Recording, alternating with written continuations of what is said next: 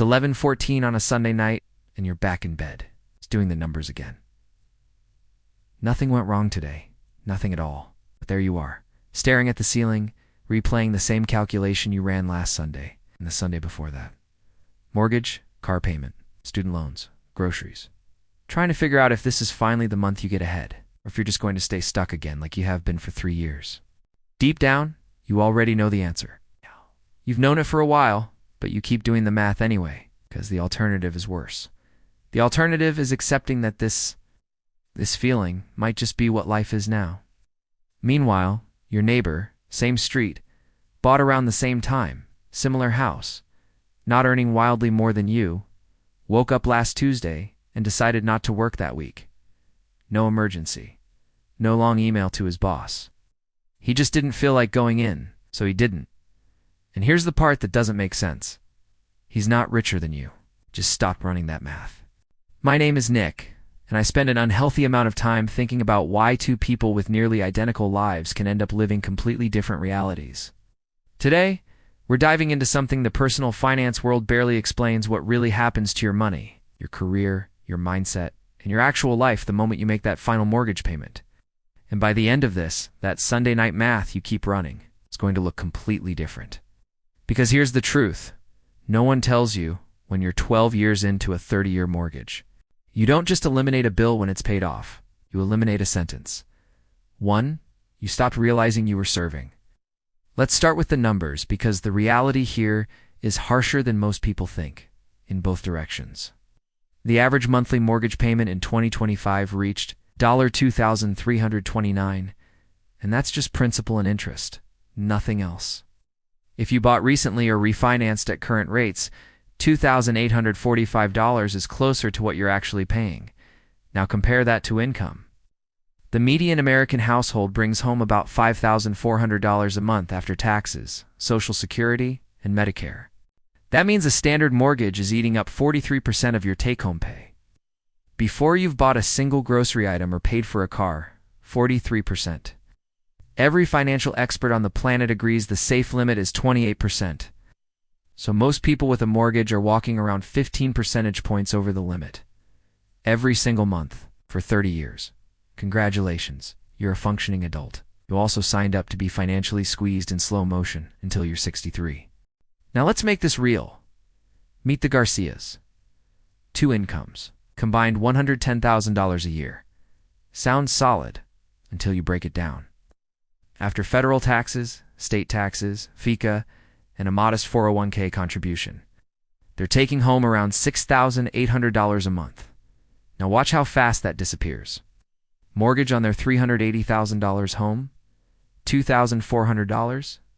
Property taxes, $380. Homeowner's insurance, $200. Maintenance reserve because the HVAC doesn't care that it's December, $320. That's $3,300 a month. Just to legally live in the house. They've got $3,500 left. So car payments, because both commute, $800. Car insurance, $240. Gas, because nothing is walkable, $280. Student loans, because college wasn't free, $550. Health insurance partially covered by work, $380. Groceries for 2 adults trying to eat like adults, $700. Utilities, electricity, gas, water, internet, phones, $420. Now they're down to $130, and we haven't even talked about clothes. Kids' activities, at $80 urgent care copay from last month, the dog that just started limping, any real savings, any real retirement beyond that small 401k, or anything that even resembles fun? The Garcias aren't reckless. They don't own a boat. They've never been to Europe.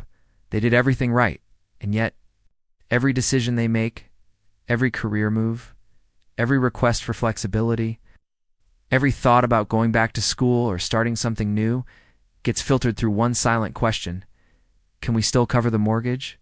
That question runs in the background of their life, like a tab they can never close, until one day it finally disappears. And when it does, something happens that they can barely imagine right now.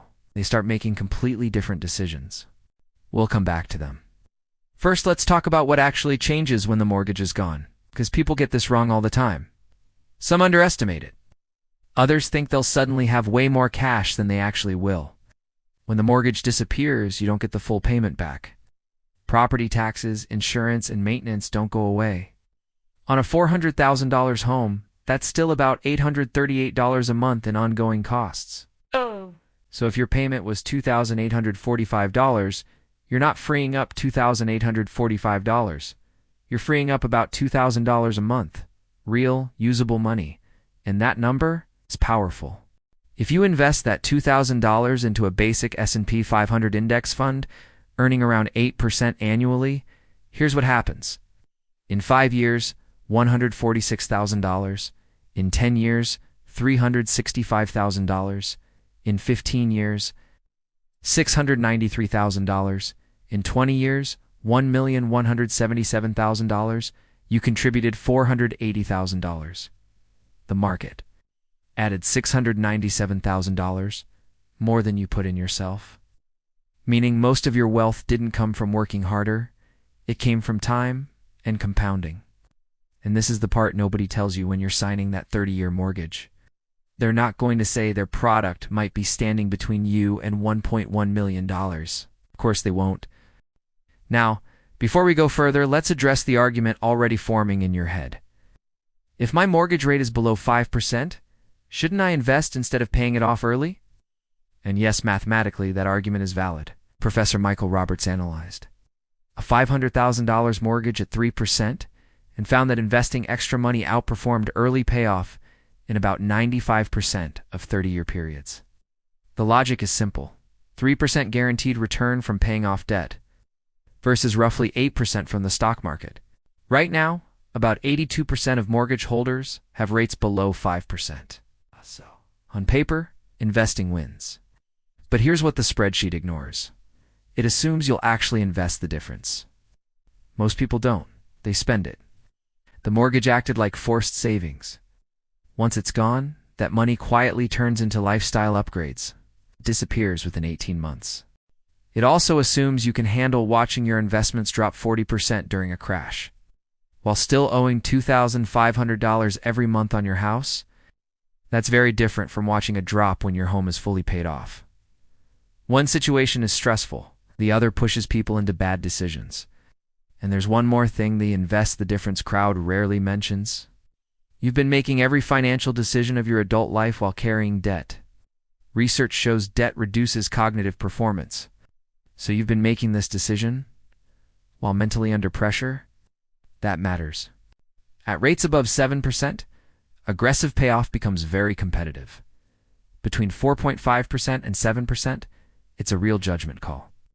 Below 4.5%, investing makes sense, but only if you actually do it. The real answer isn't just math. It's knowing yourself. Now let's go deeper, because this is where it gets serious. A 2019 study found that when people completely eliminated debt, anxiety dropped from 78% to 53%. That's a 25-point drop in clinical anxiety. Not small, massive. People didn't just feel better, they performed better. They became less impulsive, better at long-term decisions. But the most surprising part? Closing accounts mattered more than reducing balances. Closing a $3,000 credit card improved mental health more than partially paying off $5,000. Your brain doesn't care about the amount. It cares about whether the tab is still open. And for most people, the mortgage is the final tab. It's the last background noise. When it finally closes, it's like a constant hum suddenly stops. And your body notices too. Higher debt levels are linked to higher blood pressure, more depression, and worse overall health. This isn't just financial, it's physical. Now here's where everything shifts. If the Garcias pay off their mortgage at year 22 instead of 30, their monthly expenses drop by $2,000. That's $24,000 a year. Using standard financial independence math, that lowers their required wealth by $600,000. They didn't earn more, they didn't get promoted, they just made life cheaper. And that changes everything. They're not trapped. Mrs. Garcia can take a more meaningful job with slightly lower pay. Mr. Garcia can finally start the business he's been thinking about since 2021. They're not richer, but their choices are. Because the math changed. Let's be real for a second, though. A paid-off house isn't free. Property taxes are still there. up 27% since 2019. In some states, that's $743 a month. Insurance is up 52% since 2020. Maintenance still costs about 1% of the home's value, nearly $333 a month on a $400,000 home total. Around $838 monthly, even with no mortgage. Closer to $1,300 in high-tax areas. So no, you don't get the full $2,845 back. You get about $2,000, but that $2,000 is life-changing. Now here's the uncomfortable truth. About 40% of us homes are mortgage-free. Sounds great, till you realize most of those owners are over 65.